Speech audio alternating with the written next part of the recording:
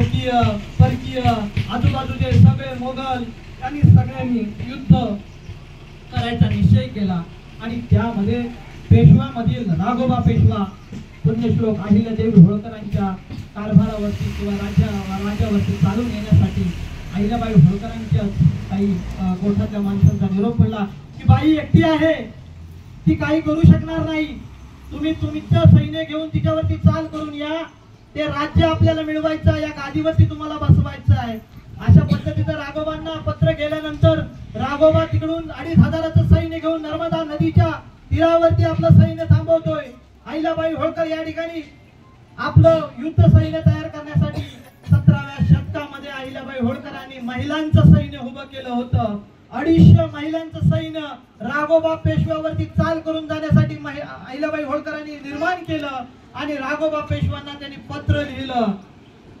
जे आपण पिंडी अहिल्याबाई होळकरांच्या हातामध्ये बघतो ती शिवाची पिंडी, शिवाज्ञा. मी जो कारभार करते ती कोणाच्या परवानगीने किंवा माझ्या इच्छेने नाही, त्या शिवाच्या इच्छेने. शिव म्हणजे शंकर आणि शिव म्हणजे छत्रपती शिवाजी महाराज यांच्या इच्छेने स्थापन झालेलं हिंदू राज्य, हे हिंदू स्वराज्य, या स्वराज्याचं संरक्षण करण्यासाठी अहिल्याबाई होळकर त्यावेळी राघोबा तात्यांना पत्र लिहितात आणि सांगतात, राघोबा तात्या तुम्ही माझ्यावरती 2500 सैन्य घेऊन चाल करीत आहात, परंतु मी माझ्या राज्य कारभारामध्ये 250 महिलांचं सैन्य उभं केलेलं आहे, तुमच्या विरोधात मी पण चाल करून येते. जर जिंकलात तर तुम्ही बायकांबरोबर लढलात असा इतिहासात नोंद होईल आणि यदा कदाचित तुम्ही हरलात तर या जगात तुम्हाला तोंड दाखवायला जागा राहणार नाही.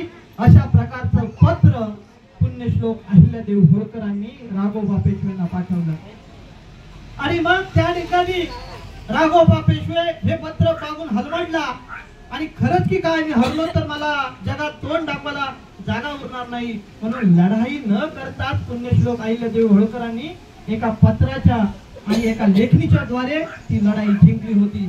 राघोबा पेशवा अहिल्याबाई होळकरांना पत्र पाठवतो, माते मी तुझ्याशी लढाई करायला येत नव्हतो. जो खऱ्या अर्थाने लढाई करायला येत होता तो म्हणतोय की माते मी तुझी लढाई करायला येत नव्हतो, मी तुझं सांत्वन करायला येत आहे, मी तुला पाचारायला येत आहे. अशा प्रकारचं पत्र वाचून राघोबा तात्या त्या ठिकाणी अहिल्याबाई होळकरांचं सांत्वन करताय. दुसऱ्या राज्यातला एक माणूस त्या ठिकाणी येतोय, त्याचा आदर सत्कार करणं. मातेने सांगितलं तुम्ही माझं सांत्वन करायला आलेला आहात, तुमचा आदर सत्कार या ठिकाणी होणार नाही. राघोबा तात्यांना त्याच पद्धतीने तसंच माघारी परतून लावलं. अशा प्रकारचा कारभार पुण्यश्लोक अहिल्यादेवी होळकरांनी केला. परराष्ट्र धोरण असेल, राज्यातल्या गरिबांना न्याय देण्याचं धोरण असेल, पुण्यश्लोक अहिल्यादेवी होळकरांनी त्यावेळी मायक्रो विचार करून त्या ठिकाणी केला होता. आज आपण 7/12 वापरतो, त्या 7/12चा उगम देखील पुण्यश्लोक अहिल्यादेवी होळकरांनी त्यावेळी केला. सरकारने 12 झाडं ही गरीब जनतेला द्यायची आहेत आणि 12 झाडातील 5 झाडांचं उत्पन्न त्या माणसानी सरकारमध्ये जमा करायचं आहे आणि 7 झाडांचं पीक हे त्या गरीब व्यक्तीने करायचे. शासनाने त्याला 12 झाडं दिलेली होती. हे धोरण आज देखील या वर्तमान काळामध्ये आपण वापरतोय. म्हणजे अहिल्याबाई होळकरांची दूरदृष्टी किती होती की 300व्या वर्षी त्यांनी जी काय त्या ठिकाणी निर्मिती केली त्या गोष्टीची बाब अजून आपण या ठिकाणी वापरतो. म्हणून मी सांगतो की या माता भगिनींनी पुण्यश्लोक अहिल्यादेवी होळकरांना फक्त धनगर समाजासाठी मर्यादित न ठेवता सर्व हिंदू समस्त भारतीय हिंदू धर्माच्या हितासाठी 12 ज्योतिर्लिंग जे आज आपण पाहतोय, प्रत्येक जण पर्यटनासाठी त्या ठिकाणी जातोय, ते पुण्यश्लोक अहिल्यादेवी होळकरांमुळे आपल्याला दिसतंय. त्यांनी त्या देवळाचा उद्धार केला, जीर्णोद्धार केला आणि म्हणूनच आज या ठिकाणी आपण सर्व भारतभर आपण ही जयंती साजरी करतोय.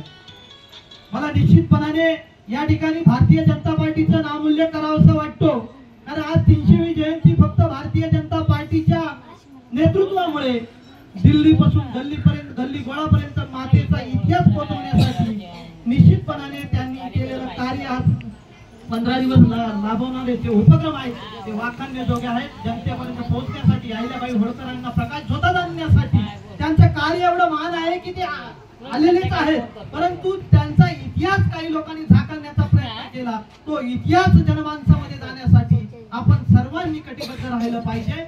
एवढंच आजच्या निमित्ताने आपल्याला सांगेल.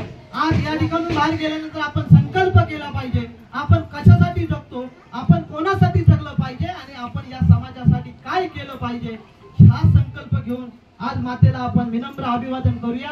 300व्या जयंती निमित्त आपण केलेले आयोजन खरोखरच वाखाणण्यायोग्य आहे. असंच सहकार्य आपल्याला हे सगळ्या जनतेने करावं. येणाऱ्या काळामध्ये तालुक्याचा हातभार लावून उद्या भविष्यातली जयंती, तालुक्याची मोठ्यात मोठी जयंती या नापणे गावात व्हावी अशी आपल्याला सदिच्छा देतो आणि मातेला विनम्र अभिवादन करून